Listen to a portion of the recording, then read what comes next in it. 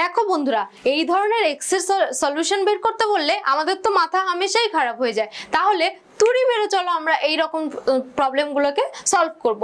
চলে আসো, দেখো এখানে দেওয়া আছে x প্লাস 1/x, অর্থাৎ দেখো x এর পাওয়ার কত আছে, 1 আছে, তাই না? এবার কি এই 1 থেকে পাওয়ার যদি ডাবল করতে বলে, দেখো 1 এর পাওয়ার যখন ডাবল করলাম 2 হয়ে গেল, তাই না? যদি এরকম বলে যে পাওয়ারটা ডাবল করতে, তাহলে আমরা নর্মালি কি করব? দেখো এখানে যদি কোনো একটা মান দেওয়া থাকে তাহলে সিম্পলি তার স্কোয়ার -2 করে দেবো, তাহলেই হয়ে গেল আনসার। কিভাবে করব চলো দেখে নি। দেখো x plus 1/x equals to 3 দেওয়া আছে, তাই তো? এবার যদি এখানে এর ডাবল, মানে এখানে তো 1 ছিল x এর পাওয়ার, এই পাওয়ারটা যদি ডাবল করতে হয় তাহলে কি করব? এই যে আছে আমরা কি জানি a স্কোয়ার -2, তো কিন্তু এখানে কত আছে, 3 আছে, তাহলে কি করব? এর জায়গায় সিম্পলি 3 বসাবো, তার স্কোয়ার করব -2, তার মানে 9 - 2 মানে হচ্ছে 7, তাই তো? একইভাবে দেখো এই দেখো এখানে তো 2 আছে, তাই না?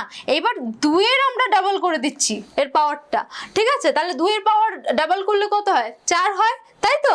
তাহলে এই ক্ষেত্রেও সেম জিনিসটা অ্যাপ্লাই হবে, পাওয়ার ডাবল নিয়ে হওয়া কথা, তাই তো?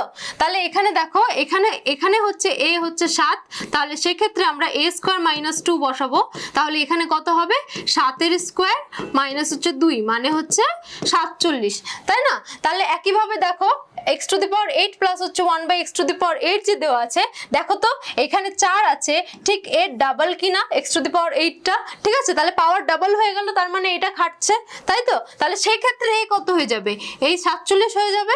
তাহলে এখানে কত হবে, a স্কোয়ার -2 ইকুয়ালস টু হবে 47 এর স্কোয়ার মাইনাস হচ্ছে 2। এবার তোমরা বলবে 47 এর স্কোয়ার কত হবে, সেটা আলাদা আরেকটা ভিডিও আসবে। আচ্ছা আপাতত আমি তো জানি 47 এর স্কোয়ার হচ্ছে 2209, তাহলে এখান থেকে -2 করলে কত হয়, 2207, ঠিক আছে? এটাই হয়ে গেল এর आंसर। তাহলে তোমরা আমাকে কমেন্টে জানাও যে এটার आंसर কি হবে। অবশ্যই আমি দেখব, এবং এভিশন বাংলা চ্যানেলটাকে অবশ্যই ফলো সাবস্ক্রাইব করে দিও। Thank you.